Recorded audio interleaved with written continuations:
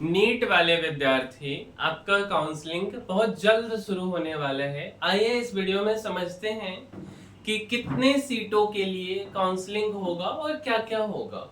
तो मेरे भाई, नीट यूजी काउंसलिंग 3 राउंड, ठीक है, और एक स्ट्रे वैकेंसी राउंड होता है। जो सीटें बच जाती हैं उनके लिए काउंसलिंग कराया जाता है, जिनको स्ट्रे वैकेंसी बोलते हैं।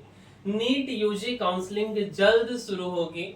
ओवरऑल 1,18,190 सीट है और इसी सीटों के लिए आपका नामांकन के लिए काउंसलिंग होते हैं। तो इतने सीटों के लिए काउंसलिंग होगा। फिर आपको कॉलेज, मतलब इसके थ्रू आपको कॉलेज आवंटन होते, कॉलेज मिलते हैं। तो मेरे भाई 2024 से 25 में 1,15,225 सीटों पर एडमिशन हुआ था, ठीक है। अब नीट यूजी 2025 काउंसलिंग जल्द शुरू होगा। पहले यह काउंसलिंग 1 जुलाई 2025 से शुरू होनी थी, ठीक है। 1 जुलाई 2025 से शुरू होनी थी, लेकिन कोर्ट के आदेश के चलते काउंसलिंग की प्रक्रिया टाल दी गई है और इससे 12 लाख से अधिक अभ्यर्थियों पर असर पड़ेगा। एक्सपर्ट के अनुसार एमसीसी नीट यूजी, ठीक है, काउंसलिंग के 3 राउंड और एक स्ट्रे वैकेंसी राउंड के लिए आयोजित किया जाते हैं।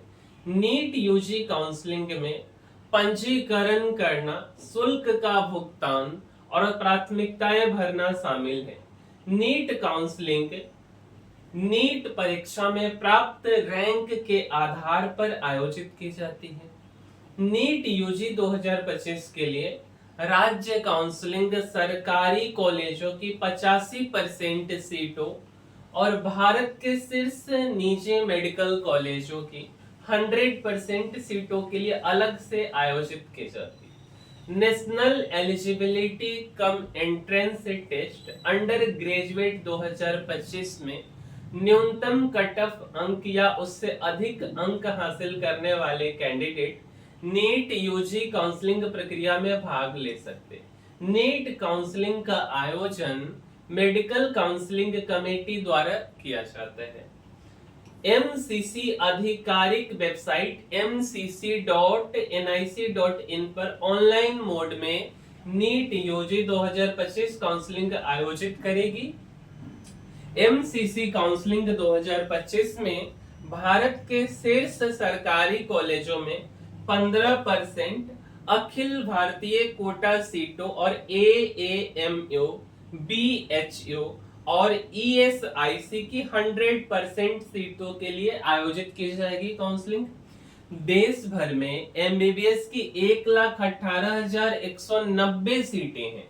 एकेडमिक सेशन 2024 से 25 में इनमें 1,15,250 पर एडमिशन हुआ था और medical counselling committee MCC NEET UG 2025 के माध्यम से 15% ऑल इंडिया कोटा के तहत एमबीबीएस और बीडीएस के लिए काउंसलिंग प्रक्रिया संचालित कर रही है।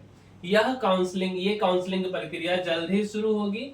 पहले ऑल इंडिया कोटा राउंड 1 के बाद ही स्टेट काउंसलिंग राउंड शुरू होगा। ऐसे में अगर कैंडिडेट का पहला ऑल इंडिया कोटा में एडमिशन नहीं होता है तो स्टेट काउंसलिंग में हो सकता है। इस तरह दूसरे, तीसरे और चौथे राउंड के लिए होगा। इसकी डेट की जानकारी एनएमसी और स्टेट गवर्नमेंट की काउंसलिंग बॉडी के नोटिफिकेशन से मिलेगी। तो मेरे भाई, तैयार हो जाइए आप लोग। अब जल्द ही आपका कॉलेज मिलेगा और फिर आपका भी इंडक्शन प्रोग्राम होगा। फिर आप भी जो है डॉक्टर बनने के एक और स्टेप करीब हो जाएंगे। तो यार, इस वीडियो में इतना ही। और अगर आपको वीडियो अच्छा लगा है तो लाइक, शेयर और सब्सक्राइब कीजिए इस चैनल को। मिलते हैं अगले वीडियो में, तब तक के लिए धन्यवाद।